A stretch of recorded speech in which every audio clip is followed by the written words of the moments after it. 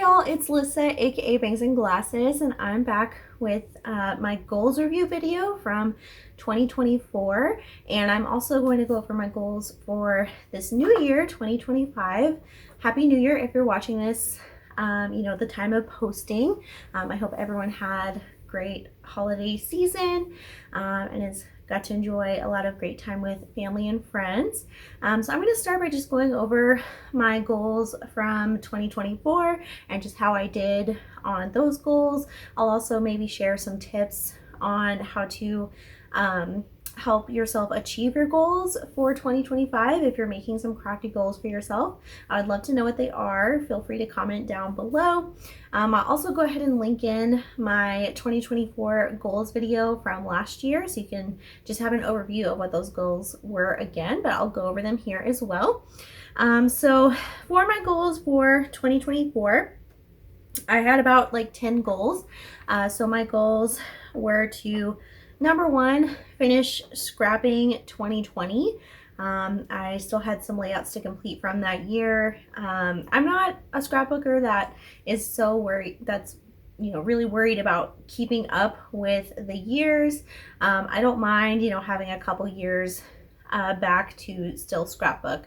So my goal is definitely not to get all the way caught up to present day, but just to keep up with my scrapbooking and not have some super old photos to still do, because the further away it is from when that moment happened, the less I'm going to remember about those moments, and I'm not going to really know what to journal on those pages. So I do try to keep up a little bit, but I'm not worried about getting caught up to the present. So for that goal for finishing scrapping 2020, I did achieve that goal. So yay, we got that done. So now I am moving on to the rest of the years. Another one of my goals for this past year was to reach 600 subscribers on my YouTube channel, and I'm happy to say that I surpassed that. Right now I'm at about 750 subscribers, so thank you all for subscribing to my channel and continuing to tune in, comment, liking, sharing my videos with other people. I just really appreciate everyone sticking around and supporting my channel. Another one of my goals was to complete at least 10 layouts per month, and I'm happy to share that I did manage to do that. There were a lot of months where I did way more than 10, but some months where I was only able to do 10. So I think 10 was a very reasonable goal, considering, the stage of life that I'm in. I have a young toddler that I'm chasing after most of the day. So I don't have a ton of time to scrapbook, but it is important to me that I'm still, engaging in my hobbies, doing things that I enjoy. So I'm happy to share that I did do at least 10 layouts per month. Another one of my goals was to upload at least one video per month, and I did do that. I would like to do more process videos. It's just kind of challenging to make those and then have the time to edit and everything like that. Or do like a voiceover if I end up needing to do that. So I'd like to do some more process videos for you guys, but it may just be a little more challenging to make that happen. But I did do at least one video per month this past year. I also wanted to kill off at least one collection from my stash, and I'm happy to share that I did do that. I wish I would have kept better track of which collections I did kill off this past year. So moving forward for 2025, I do want to keep better track of like a list of the collections I'm killing off. And to me, killing off a kit just means that I no longer have a 12 by 12 paper in there. I don't need to completely, use the kit up entirely. I'm okay with having, scraps and embellishments still from that collection hanging around. Just as long as I no longer have a 12 by 12 paper from that collection, I'm going to consider it killed off. Let me know down below if you have a different definition of what killing off a collection is. I would love to know. So I did kill off at least one collection. I think from what I remember, I killed off Simple Stories, Hey Crafty Girl, Simple Stories, Let's Go, and Simple Stories Quarantined is what I think I killed off. There may have been more, I'm not totally sure. Again, next year I want to do a better job of keeping track of which collections I am killing off for my stash. And then I had a couple goals just around using specific items from my stash each month at least once. So I wanted to use washi at least once, use some sequins at least once, and use mixed media at least once per month. And I was able to achieve all those goals. So I'm very happy about that, making sure I'm, working through my stash, pulling in some of those extra things that I may forget about otherwise. I have a ton of washi. You can probably see some in this video right behind me, this washi tower right here. I really want to be working through. I'm not buying any more washi. I really don't want more washi. Washi, unfortunately, it does kind of expire. Like it gets like icky, sticky, and where it doesn't peel off correctly or it just rips and tears. And a lot of my washi is now probably coming up on 9 or 10 years old. So I want to make sure I'm using that and getting it used up. Also with mixed media, pastes and things, they dry up. So I want to make sure I'm using those. And then sequins, I mean, they don't really expire, but I do have a ton in my stash. So I want to make sure I'm actually putting those things to good use. Another goal that I did work on is organizing my craft room. So I shared a craft room tour last year, 2024. So I'll link that down below as well if you want to see what my craft room looked like. I'm probably gonna try and do a little more organizing this year. We'll see. I think how things are arranged will probably stay the same, but you never know. I could, shift gears and how I craft or what I craft next year. So if there are any updates to my craft room, I'll definitely be posting a new tour video. And then I believe the last goal I have on here that I did not achieve is to only buy 2 new collections in 2024. That did not happen. There were just so many great collections that came out. I was kind of just getting, back in the groove of things, after having my son in 2023, and I feel like I didn't buy very much in 2023. And so 2024, I was just like, ooh, I really want that collection. I'm just going to go ahead and get it. So, yeah, didn't do great at not purchasing as much, but I'm really happy with what I did buy this past year. I have a ton of haul videos on my channel if you're ever interested in seeing what craft supplies I was loving this past year. So definitely check those out. So those were kind of my goals for 2024. I'm really happy with how I did with them, especially the amount that I used and made this past year. So yeah, in making sure you're sticking to your goals, I'll say one of my tips and tricks is to make sure your goals are in front of you and that you're looking at your goals, you're thinking about your goals very often. So what I do to make sure I'm keeping on track with my goals is I actually just have my goals on little, pieces of paper, and I just have these taped up on the wall in front of my desk. So I'm actually looking at them every day. So that's one of my biggest tips is just make sure you have your goals in front of you. If you make a goal and you never, think about it again, you're probably not going to achieve that goal. So making sure your goals are up in front of your face will definitely help you out.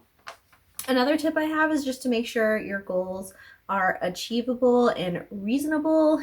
I could have made a goal that I want to make like 100 layouts a month, but that's probably not actually going to happen. So making sure your goals are going to work for you and help motivate you will definitely be a big help in achieving them.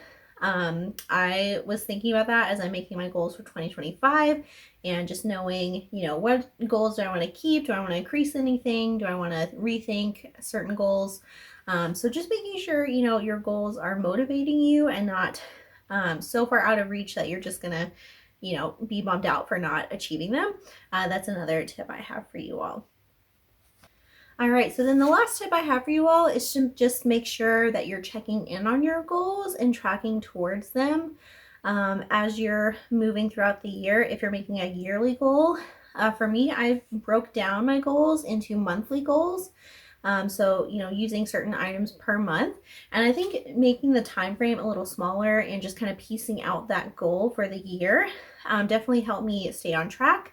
And I, again, just tracked those, the progress towards my goals using just a little, you know, sheet of notebook paper, having that posted on the wall in front of my desk, and just, you know, keeping track of how I'm doing with that goal, checking in with myself, you know, am I making progress towards these goals that I really want to achieve? So I think, yeah, definitely just breaking your bigger goals down into smaller goals will definitely help you keep on track.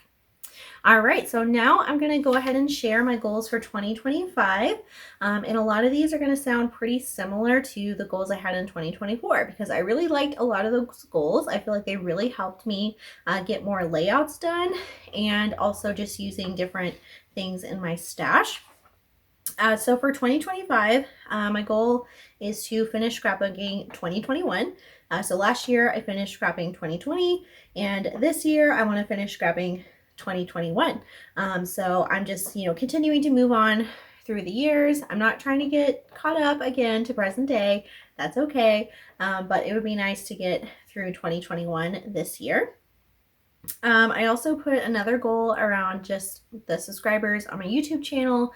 So last year I wanted to reach 600. Right now I'm at 750. So I think this year I would really love to get to 1K. That would be amazing. It's a bit of a stretch goal, but I think I can do it, especially with your help, you know, liking, subscribing, and sharing about my channel. So I'm gonna, you know, try and get to 1K before the end of the year next year. I'm going to keep a couple of the goals that I had last year just because I think they worked really well for me. I didn't really feel a need to increase the goal because I didn't want to push too hard on myself. So I'm still going to keep my goal of completing 10 layouts per month. I think that's really reasonable. And if I, you know, exceed that, great. I get to give myself an extra pat on the back. But if I only make 10, that still feels great to me. That's about 2 to 3 layouts a week. And I feel like that's doable for me. So I'm going to keep that goal. I also want to keep the goal of uploading at least one video per month. I think that's reasonable and doable for me. So I'm just going to keep that goal. I am going to keep a lot of the goals I had around using certain items in my stash. So last year I had the goal of using mixed media, sequins, and washi at least once per month. I'm going to keep those goals, but I'm going to add on to them, and I'm going to add in using an acrylic or flare at least once a month. I've gotten quite a bit of a stash now. They are in these drawers behind me of acrylics and flare.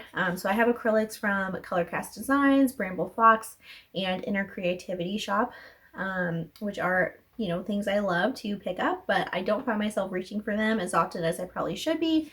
And then I have flare, of course, from Scrap and Happy Studio, which I love. And then sometimes I forget to reach for that too. So I'm going to add in a goal there to make sure I'm just using those items in my stash, and, you know, that way I can buy some more.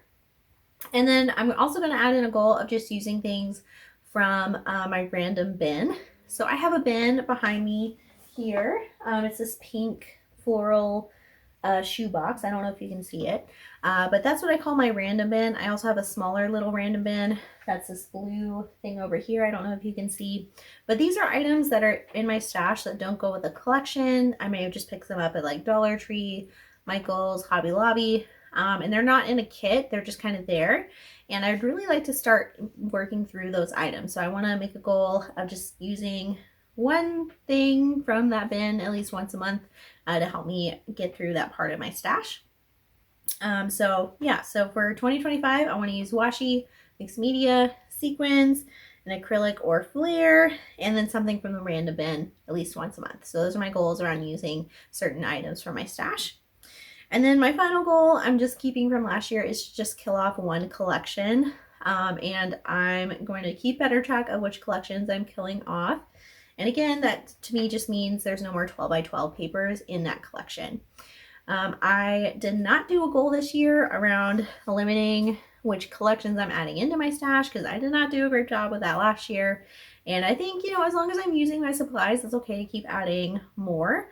I got a lot of layouts done last year. I'm going to share more about which layouts that I completed and which collections I used in what I call my Scrapify Wrapped. So it's like my Spotify Wrapped. So I'm going to go over the top designers and top collections I used last year in a different video. So be on the lookout for that.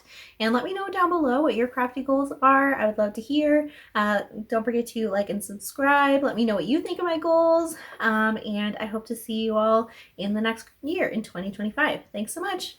Bye.